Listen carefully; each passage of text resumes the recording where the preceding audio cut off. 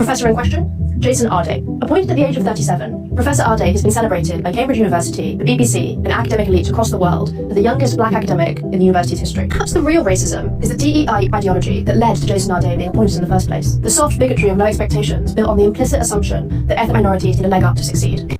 This is a blatant attempt to smear a successful black academic. Conservative journalists like Lara Brown and the journalists using this story to attack DEI keep saying plagiarism because it makes Jason Arday sound like he deliberately stole somebody else's work. The evidence we have does not prove deliberate theft. It shows bad referencing and error. Paula Zwozdiak-Myers, the woman Arday is accused of copying, wrote this sentence in her 2009 PhD. 6 years later, Arday used the same wording and kept the same two sources underneath it. He should have made clear where the exact sentence came from. He failed to do so, and that is a genuine mistake.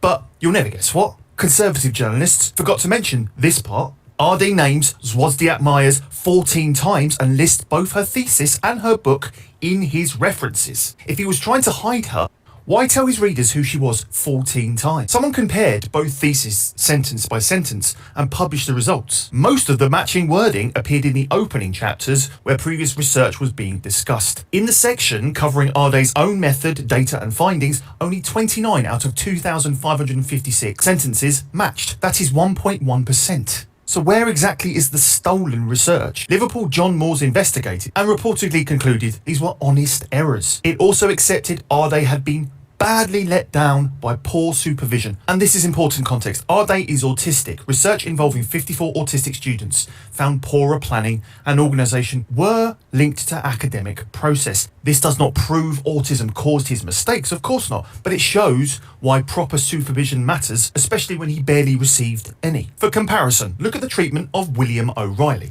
In 2023, Cambridge found this white historian had copied more than 12 pages from a student almost word for word. Its tribunal called it negligent rather than deliberate, and he kept his job. And this is crucial because where was the national panic about whether white men belonged in academia? Lara and others pile on marathons, fundraising claims, and every disputed story she finds around Jason Arday to smear him. None of this proves how a sentence entered his thesis years earlier. It is there to make you distrust him before the investigation has even concluded. And then she jumps straight to DEI, of course she does, without hiring records of proof of Cambridge lowering its standards for him. It's blatantly obvious. We see what they're doing. They have taken a black academic's referencing mistakes, stripped away everything pointing towards error, and sold this as suspicion of black achievements, as concerns for standards. We need to watch these people closely because we know what they're doing.